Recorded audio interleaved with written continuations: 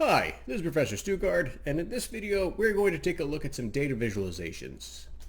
So for this video, I'm going to use the Python file that I already prepared, the Python notebook, and I'm going to download that. That should be in my downloads.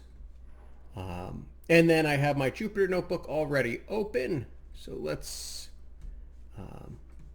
upload that. So data visualizations, we'll upload that, data visualizations, and here it is. All right, so the first cell here for my data visualizations, again, I'm importing the pandas package and then the matplot library.pyplot. When we import that, we're going to import that as PLT, so each time we call one of those functions, we'll just use the PLT abbreviation. And then we're also going to see, so sometimes we use this notation here, this matplotlib inline in our cells to make sure that when we do graph, it graphs inline, meaning it graphs in our Python notebook instead of popping out as a separate image. So you may see that pretty frequently too. And what we're going to do is I already created a data set here for us to play around with. So I will run that cell. And now X, we see the variables January, February, March, April, May. So again, obviously some months. And we have some days here as well for my Y variable. We have that numeric variable. So the first thing I want to do is to make a bar graph using this data. And so it's really pretty simple. When we're using it from this library, we always start with the PLT dot and then bar for bar graph. And my X and my Y variables, again, I stored my X and Y's the way I wanted them to be. And I can run my code here, and we see, yeah, it just made a bar graph of that data. January, February, March, April, May along my horizontal axis or my X axis. And then we have the numerical values along my Y axis. Now, notice how we have this thing that pops up here, bar container object of 5 artists. To get rid of that, we're going to do plt.show as my next argument in that same cell, as long as it's in the same cell. And what that's going to do is tell it to only graph just the plot, right? Only show me that particular plot. Now, the nice part about Python and using this particular package is that it is very, very customizable. So I can go inside the function for the bar graph and define some other arguments as well. So the most obvious one, let's change up the color. So I can define my color argument. So color equals, and then in quotes, or you can use single quotes, we can change it to whatever color we want. So maybe I like the color orange. And I run my code, and sure enough, it switches to orange. There's lots of ways to customize this, so you can definitely look up the documentation, kind of do a search online. You can also look up all the different colors you're allowed to use, so that you should be able to customize your graphics any way that you would, well, any way you would want to. Now, with any visualization, we want to make sure that we have our axes labeled. That's really, really important. And the easiest way to do this in Python using this particular package, I believe, is to use the PLT. So again, every function is going to have that PLT part in the beginning, and then just X label. And then in quotes, or again, we could use the single quotes, we label what we want it to look like. So in this case, it is obviously the months. So I'm going to say my X label is months, PLT.Y label, and that'll do my vertical axis. And let's say this is, let's see, we're counting the number of sunny days. Let's say that's what my numerical variable stands for. I run my code, and there we go. We have the month written as my X label, sunny days as my vertical label, and then we can add a title as well. And the title, plt.title. Use the parentheses, the quotes, and so let's say this is showing me how many days did the sun come out. How many days did the sun come out? And now I have a label. And again, this makes my graphic look so much nicer, so much more professional. We always need to label our axes. We should always have a title as well. And then the nice part is that, again, I can actually customize this even further. So let's see. So for example, let's say I'm looking at the x-axis here, and I have January, February, March, April, May, which again, not a big deal. There's not much that we really would need to change here, but if I want to, again, I can really customize anything I want. So those labels are called my xticks. So if I use the function plt.xticks, I can change some of those arguments to adjust this however I want. So for example, maybe I want a rotation, and I want it to be rotated vertical. So again, if I say define my rotation argument to equal vertical and run my code, now we see that January, February, March, April, and May are now all up and down. I definitely think I want to adjust my y ticks as well. We can see 0, 2.5, 5, 7.5. So we have decimals there, but again, I'm counting days. How many days did the sun come out? And we would expect that to be a discrete variable, meaning it has to be one of our counting numbers, right? We don't really have decimals in this case. So there's multiple ways to do pretty much everything I'm showing you here. This is just what I found to be the easiest for me. But I can adjust my y ticks as well. So in this case, by default, this is what Python picked as a default value for the sunny days.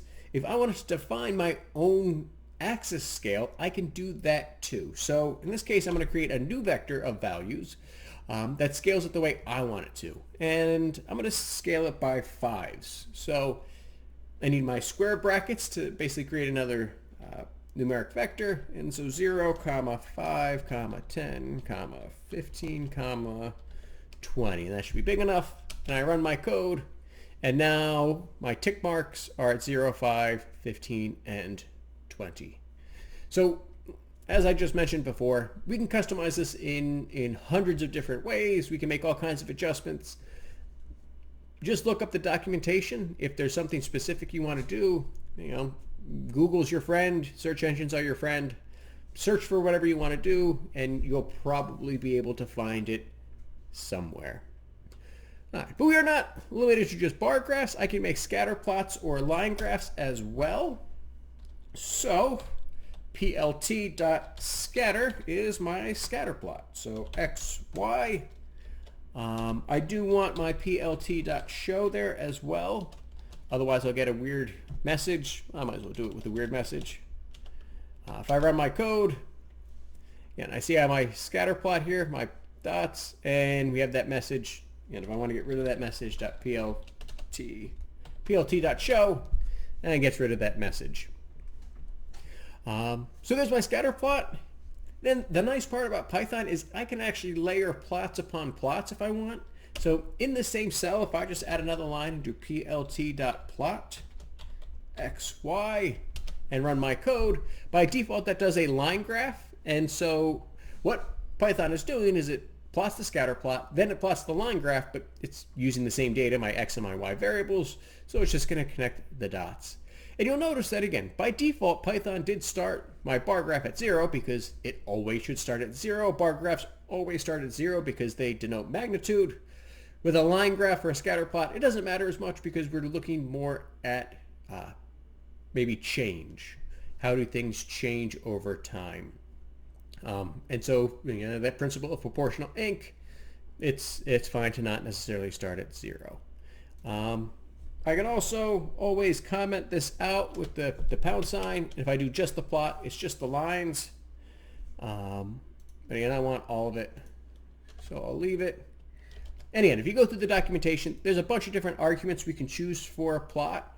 So we can actually, instead of doing lines, we can actually do a scatter plot with just the plot function by defining that argument. We can change it to a dashed line or a dotted line, or again, there's tons of different options. All right. But let's move on from some of our more simple plots to some of our more complicated plots. So to make some of our more complicated plots, we're going to use the package library Seaborn. So Seaborn is a really, really powerful package for visualizations, particularly in the field of data science and machine learning.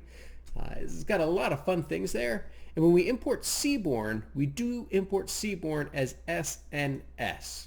All right. the three letters S and S. And one of the nice things about Seaborn too is that it comes with lots of, well, I shouldn't say lots of, but it comes with some preloaded data sets for us to use. So in this case, we can use the sns.load_dataset, and we can actually define our argument as one of, I believe there's 19 data sets as of right now that Seaborn lets you import to use for different types of data analysis. But let's use their one on Mpg. So again, each of their data sets are pretty much the standards for doing data science. Again, you see the same data sets pop up all over the place, whether it's about the Titanic or flowers, or particularly irises, and again, they show up all over the place. But we're going to use the Mpg one, which is about cars. And again, I have this equal sign, right? We need to create an identifier. I want to store it in my environment. So I'm going to call it the Mpg_df for data frame. I'm going to run that code, and of course nothing happens because all I did was store it. If I want to actually view what's going on, I'm going to do Mpg_df to actually see that data frame. Depending on how you're running Python, you may want to do the header instead. Again, I really love these Jupyter notebooks because when you run it, it actually looks like a reasonable table. And we can see we have a bunch of different variables here. The variable's Mpg, which is really what the data frame is about. That's typically what we would set up some sort of machine learning algorithm to predict. But we also measure the number of cylinders, the displacement, the horsepower, the weight, the acceleration, the model year, and the origin, as well as the name. So the model year, we see we have, it seems to be organized in this direction from 70 up to 82. And looks like for origin, we have USA, Europe, but again, there's a bunch of missing lines. So we have 398 rows, so almost 400 different cars here, and again, those 9 different variables. So what can I do with this data? All right, well, the first thing I want to do is to make a density plot of my data here. So SNS. Now remember, a density plot is really the same thing as what we call a smoothed histogram. And so, again, it comes from the Seaborn package, so SNS dot and KDE plot. That is what we call it here, a KDE plot. And to define this, Mpg_data frame, right? That's our data set. And then the dot, which column are we using? And which variable? Let's do horsepower. Let's do horsepower as my variable that I want to plot. So horsepower, exactly as it's written. I'll run my code. And here's my smoothed histogram. So again, this would take a normal histogram, right? Something that looks like a bar graph, and it actually smooths it out into a line for us, which is really kind of cool. And again, this lets us kind of analyze our data before we try to do any predictions, so we can see, all right, well, where's the most frequent horsepower lie? All right, well, here's my peak, so that looks like it's, I don't know, around like the 90 mark, right? And then we see that after 90, it decreases. And then, we have this other peak here at 150, which means that I'm sure the car manufacturers were like, we're at like 145. No, make it 150. That's going to make people think that it's bigger. And so there's clearly a little peak here. But again, that's how we make a density plot. The nice part is, again, Seaborn automatically includes my key here that this is what we're looking at, horsepower. And again, there are so many different ways to customize this and add shading and look at multiple variables that it's a really, really powerful package when it comes to visualizations. All right, so again, I have this data frame with a bunch of variables. Maybe I want to create a facet grid to see if there's any patterns in multiple parts of this data. Now, to create a facet grid, it's going to take a few more steps. Well, one more step, I guess. And it is a little bit more complicated, and it uses a technique that we do use all the time, where we're going to kind of create what our plot is supposed to be, store it as some sort of variable, store it, with an identifier, and then recall it a little bit later in the next line so that I can just apply my function to the visualization that I've already started working on. And let's just do these things in parts, I suppose. So if I want to create a facet grid, I'm actually going to store this first as a variable. So grid equals, and from SNS package, so SNS dot facet grid, and it is using the camel case here. You have to use the capitalizations here. So facet grid, and then my arguments. So with the arguments, we need to first define our data. So data equals my mpg underscore df. And again, that's the first argument anyway. I probably didn't have to actually write data equals, but it makes my code more readable. So the data I'm using is my data frame that I stored earlier. And now I want to pick variables for my rows and my columns. So how about we pick the last two? We'll look at model year and origin. So my row equals, and that's going to be, actually, no, let's do the cylinders. Let's look at the cylinders here instead. So my row, and again, we need to put this in quotes or the single quote, cylinders, comma, and then my column, let's do origin. Let's look at where these cars come from. Origin. You got to make sure you spell these things right too. All right, so again, that's going to create a facet grid using my data frame where, again, it's going to create a bunch of different graphs. The rows are going to go by cylinders. The columns are going to go by the origin. I stored this in the grid. I still need to graph that grid, however. And to do that, I'm going to take the grid that I just made, and then my function is I'm going to apply the map function to it. And then in the map function, I need to define what type of graph I'm actually going to be using. And I'm going to go back to the simple graphs that I used in the original package. So plt dot, let's just use a regular histogram. So HIST, and then what is the variable I really want to explore here? What's going to be, again, along that horizontal axis for each of these histograms. Let's use the horsepower again. So horsepower. All right, and we run our code. Again, it might take a second. Awesome. And so again, we have our grid of different graphs here. We can see that the rows are cylinders. So the first row is 3-cylinder cars, then 4 cylinders, and the columns are the origin. So origin equals USA. So that'll be my first column.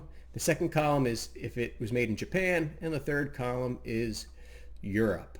And so we can take a look and we see, all right, 3-cylinder engines. Well, the only place that a 3-cylinder engine was ever produced was in Japan, and clearly there were not very many produced. 3 cylinders were not very popular. None in the US, none in Europe. However, 4-cylinder cars, those are somewhat popular. They're still popular today. And we can see that, again, we have 4-cylinder cars in the USA, Japan, and Europe. We see that they're all seem to be towards the left side here. So 4 cylinders would be less horsepower. Again, we can take a look at that. 5-cylinder cars. So again, 5 cylinders, not a common number of cylinders to use. We only have a very small number of cylinders in Europe. Then we have 6-cylinder. So 6-cylinder looks like that was pretty popular in the US, not so popular in Japan or Europe. And then the 8-cylinder cars. So it looks like the USA is the only country that makes 8-cylinder cars. And we can see that now we have a lot of 8-cylinder cars, and definitely at the higher end of the horsepower range. All right. So now that we've looked at making a facet grid, now we need to create a correlation coefficient matrix so that we can hopefully start to explore any different connections there might exist between these different variables. All right. So the way we're going to do this is, well, again, I'm actually going to store this, and then we'll take a look at it because we're going to store it and then plot it kind of like the other thing, but we're going to do this in a couple different steps. So, I want to create my Mpg Matrix. And then the way we're going to do this is actually really pretty simple. So we're going to take my Mpg data frame, and we're just going to apply the correlation, CORR, function to it. That's it. And it's going to calculate the correlation coefficient between all the variables. Oh yeah, but I stored it. I want to actually view it. So the Mpg underscore matrix. And here we go. We have my correlation coefficient matrix. So we can try to figure out where the patterns lie in my data.